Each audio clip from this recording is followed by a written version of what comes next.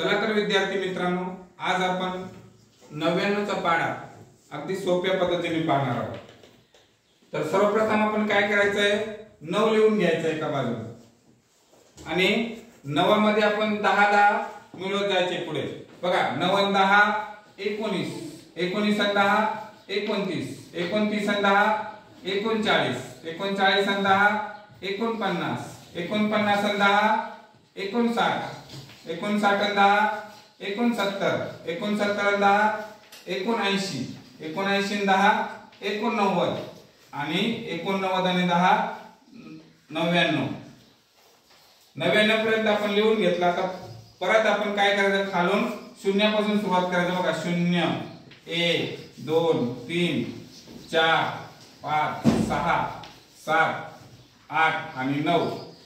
बघा 99 चा पाढा अगदी काही सेकंदामध्ये आपल्याला अगदी सोप्या पद्धतीने लिहिता येतो।